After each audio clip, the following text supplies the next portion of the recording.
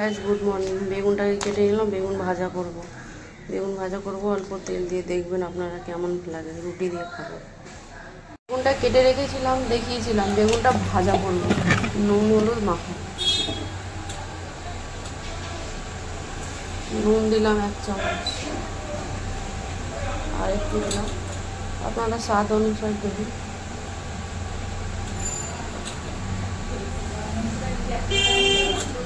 হ্যাঁ, একটুখানি আটা দিয়ে দেবেন, তাহলে ভালো হবে। এটাকে আবার মেখে নেব, ভালো করে ম্যাশ করে নেব।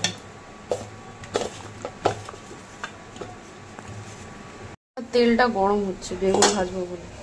বেগুনটা মেখে নিয়েছি ভালো করে, এপিট ওপিট। এই হালকা হালকা আটা দেবো, বেশি এটাই তেল না কম লাগবে, এটা তেল কম লাগবে, খেতে স্বাদ হবে, ওই জন্য আর কি। ওই জন্য একটুখানি আটা দিলাম, আর ভেজে নেব।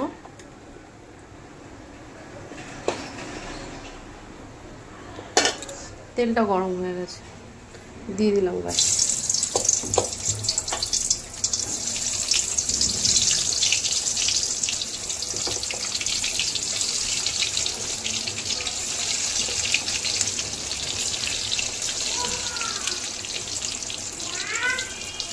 বেগুনটা দিয়ে দিলাম, একটুখানি ঢাকা দিয়ে দেবো।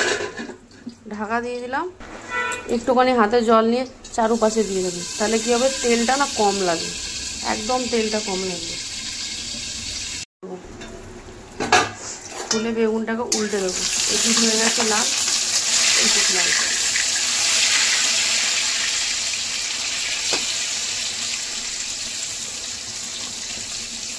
দেখুন এক পিঠ ঢাকা দিতে, দেখুন কিরকম নরম হয়েছে। এবার এই পিঠ একটু ঢেকে দেবো, ঢেকে দিলাম, গ্যাসটা বাড়িয়ে দিলাম। এই পিঠও হয়ে গেছে, ঢাকাটা খুলে দেবো। ঢাকাটা খুলে দেবো, বেগুনগুলোকে না তুলে নেব, বেগুনগুলো নামিয়ে নেব। তেলটাকে এরকম সাইডে চেপে নেবে, চেপে এরকম নামিয়ে নেবে। দেখুন তেল যতটা দিয়েছি সেরকমই আছে। একখানি বেগুন ভাজা কমপ্লিট, আর এতটা আছে ভেজে নেব। এটা তো বসানোই আছে, দিয়ে দিলাম।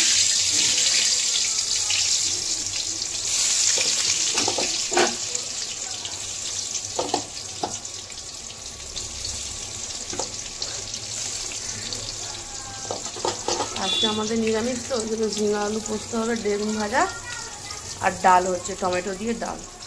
দেখুন বেগুন ভাজাটা দেবো, ভাজাটা আপনাদেরকে দেখায়, ঠিক আছে, একদম সফট। মুখে দেবেন, বলবেন হ্যাঁ, এরকম করে খাবেন, খুব ভালো লাগে।